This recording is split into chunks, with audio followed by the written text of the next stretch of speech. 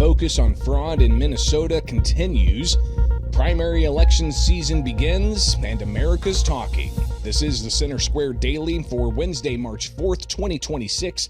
I'm your host, Greg Bishop. Fraud concerns in Minnesota continue to be a focus of members of Congress. Independent and federal investigations estimate potential waste and fraud in the child care services programs total between $9 billion and up to $20 billion. The White House described fraud in Minnesota as, quote, pervasive and disturbing. Last month, the Trump administration announced that it would pause nearly $260 million in federal Medicaid payments owed to Minnesota. Minnesota has since filed for a temporary restraining order. But the issues of fraud continue to be that focus. During a House Oversight Committee hearing just this morning, Kentucky U.S. Representative James Comer said much more oversight is needed in Minnesota. Governor Walz and Attorney General Ellison were warned repeatedly. Auditors raised red flags. Employees sounded alarms. Invoices didn't make sense. And still, the money kept flowing. While state officials hesitated, billions of taxpayer dollars were stolen from programs meant to serve children, the disabled, and families in crisis. While whistleblowers were silenced, fraudsters got rich. Accountability shouldn't begin only after federal prosecutors step in and clean up the damage. Accountability should compel leaders to act, and here they did not. While Republicans putting that laser focus on fraud in Minnesota and possibly other states as well, Democrats looking to redirect attention. California Congressman Robert Garcia, he said that there are overarching concerns about immigration enforcement. Our committee and Democrats have documented over 590 cases of suspected misconduct by President Trump and Kristi Noem's immigration and enforcement agents across the country, not just in Minnesota. There's been 240 incidents of violence or concerning use of force, and 181 have involved United States citizens. Now, Governor Tim Walz of Minnesota was one of several witnesses today during that House Oversight Committee hearing. He says the state of Minnesota is addressing concerns around fraud, and they will continue to combat that. We'll continue to do the important work of combating fraud, but as we do so, we're going to remain true to Minnesota principles. We will feed our hungry children. We will help the poor afford health care. We will assist people with disabilities while also keeping fraud in check. We'll demonstrate our decency, our integrity, and never yield to political scapegoating, particularly of our most vulnerable communities. In these extraordinarily trying times, the people of Minnesota have come together to show the world their values. Now, Minnesota announced Tuesday, with some headlines you'll see at thecentersquare.com, that it's suing the federal government for withholding $243 million in Medicaid payments. State officials say that move puts health care coverage for more than 1 million residents at risk, while the White House is looking to crack down on waste, fraud, and abuse. Meanwhile, in a letter Attorney General Pam Bondi received from Republican legislators, they're requesting an investigation into any possible organized efforts to obstruct law enforcement from foreign influence and criminal activities, including fraud. And you remember that protest against ICE that spilled into a church in Minnesota? Well, dozens have now been indicted on federal charges related to the disruption of the January 8th church service in St. Paul. Bondi announcing another round of arrests following the release of an indictment charging 30 additional people. Those charges include conspiracy against the rights of religious freedom and injury, intimidation, and interference over that exercise of religious freedom. Well, from how elected officials react to concerns about fraud or immigration enforcement to voters in several states voting Tuesday in primary elections as we kick off primary election season, heading towards that November 3rd general midterm election. Joining me to talk about the first round of primaries for the season is the Center Square's Chief Content Officer, Dan McCaleb. Dan, busy day Tuesday for the first states to kick off primary season, and a lot's at stake in the midterms, including who controls Congress. What's the big takeaways we can learn from Tuesday's elections? Yeah, voters in North Carolina, Texas, and Arkansas all went to the polls on Tuesday. Many of the results are in. There are still some absentee ballots and whatnot to be counted in the various states. But as you mentioned, control of Congress, Republicans currently hold the majority in both chambers, 218 to 213 in the House, razor slim, and 53 to 47 in the Senate. Democrats this year hope to flip one or both, of course, while Republicans hope to pick up both. Tuesday primary states, Texas and North Carolina. That's the other twist this year. A number of states redistricted their congressional districts to try to give one party or the other an advantage at the polls. Tuesday primary states, Texas and North Carolina, were two of those states. They both redistricted, with Texas Republicans hoping to flip up to 5 blue seats red. Other states that redistricted include California, Ohio, Missouri, and Utah. Back to Texas, though, Greg.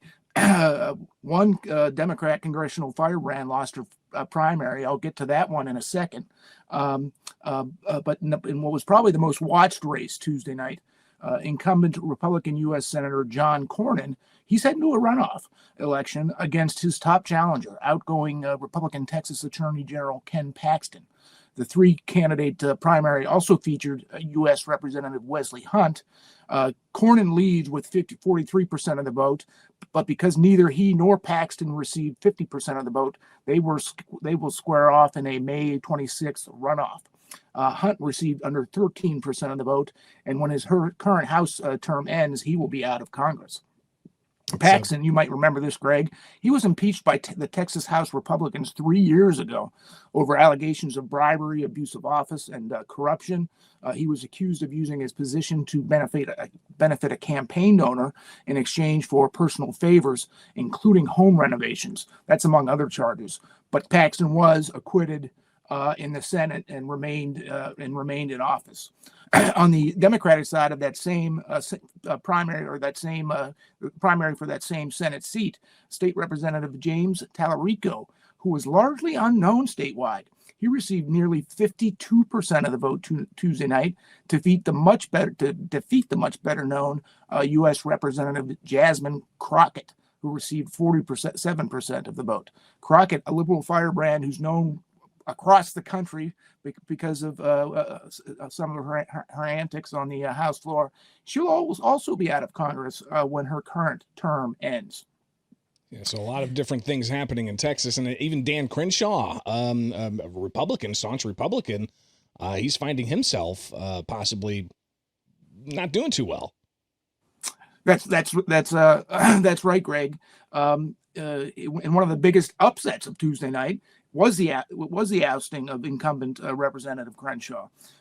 He was a Republican who was first elected in 2018 to Congressional District 2 in the Houston area, but State Representative Steve Toth, considered one of the most conservative members of the Texas legislature, defeated Crenshaw by a vote of 56 to 40%. So another incumbent not going to be in Congress next year. Yeah, so we've got the elections between two candidates that, obviously we've got who we're going to have moving to the next election, but these runoffs, obviously that's scheduled for Texas, as with many other states that have primaries. And of course, a big one in Texas that people are going to be watching is that race for U.S. Senate. Dan, things seem to be a little bit more predictable in North Carolina, another state that had among the first primaries yesterday. Tell us about what's going on with their race for Senate. Another big Senate race there, Greg. Two-term Democratic governor, former two-term Democratic Governor Roy Cooper, and Republican Michael Whatley easily advanced to a showdown on November 3rd for a seat from the North Carolina in the U.S. Senate. Cooper was the overwhelming choice, garnering 92% of the vote in a Democratic primary in which there were 5 other candidates on the ballot. So North Carolina Democrats definitely want Cooper to return to office. Whatley, who's the former chairman of the Republican National Committee, he earned 64% of the vote on the Republican side, and he had 6 other challengers on the ballot. So the winner of this race in November will replace two-term Senator Tom Tillis, a Republican who decided not to seek re-election. Dan, this is just the first round of primaries. 3 states, all right, North Carolina, Texas, and Arkansas. But last I checked, there are at least 47 other states where voters are going to have a crack at who they want to represent them. Tell us about the schedule and just how late we're going with primary season. Yeah, those 47 states they're going to be spread out all the way into August. August 18th is the last primary. That's when voters in Alaska, Florida, and Wyoming head to the polls. But next up is Mississippi. Next Tuesday is their midterm primaries, followed by our home state, Greg, of Illinois. That's on St. Patrick's Day, March 17th. So it looks like you and I won't be able to enjoy a Guinness on St. Patty's Day this year, Greg. Well, Guinness or some kind of green beer. Maybe we'll just have to have some in the fridge for whenever we're done covering elections at 2:00 in the morning, Dan, on March 17th. But yeah, you've got Indiana and Ohio in May, Nebraska, West Virginia, Louisiana, Alabama, Georgia, Idaho, Kentucky, and the list goes on throughout May. But some of these states, again, have runoff elections as well. So even after the primary election, there could be yet another chance for voters to go to the polls to cast their votes. Well, Dan, we'll be keeping a close eye on this because obviously, as we talked about at the top, lots at stake here. Who controls Congress with those razor-thin margins, and whether or not redistricting had really any true impact in these various states that moved forward with redistricting. Some big things for reporters at the Center Square to keep an eye on. Thank you for having me, Greg. All right, now it's time for America's Talking with stories from across the country. And in Washington State, the Center Square's Carlene Johnson reports that Governor Bob Ferguson signaling a measure to change the state's income tax bill may be dead before the legislative session is over. There's just 9 days remaining, and the proposed measure has yet to reach the House floor.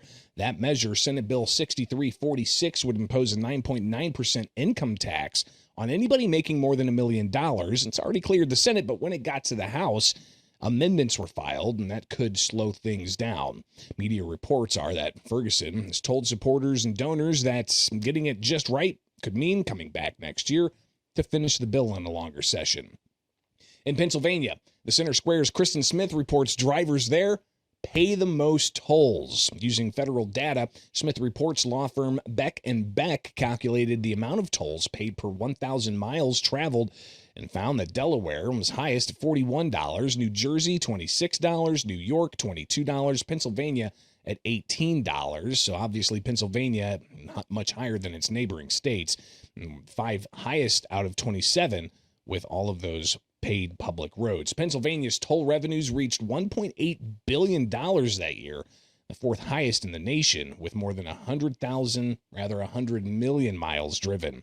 And that data is not surprising to taxpayers in Pennsylvania. Pennsylvania's Turnpike is consistently ranked as the most expensive toll road in the United States, costing drivers $113 just across the state.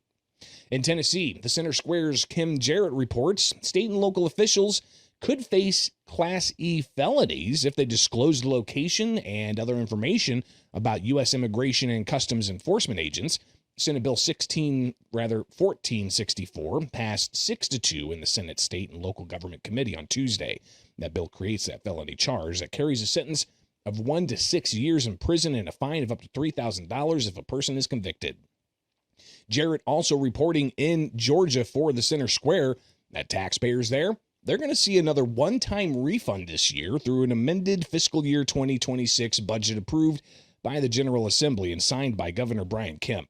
Married taxpayers will receive up to $500. Single filers will get $250.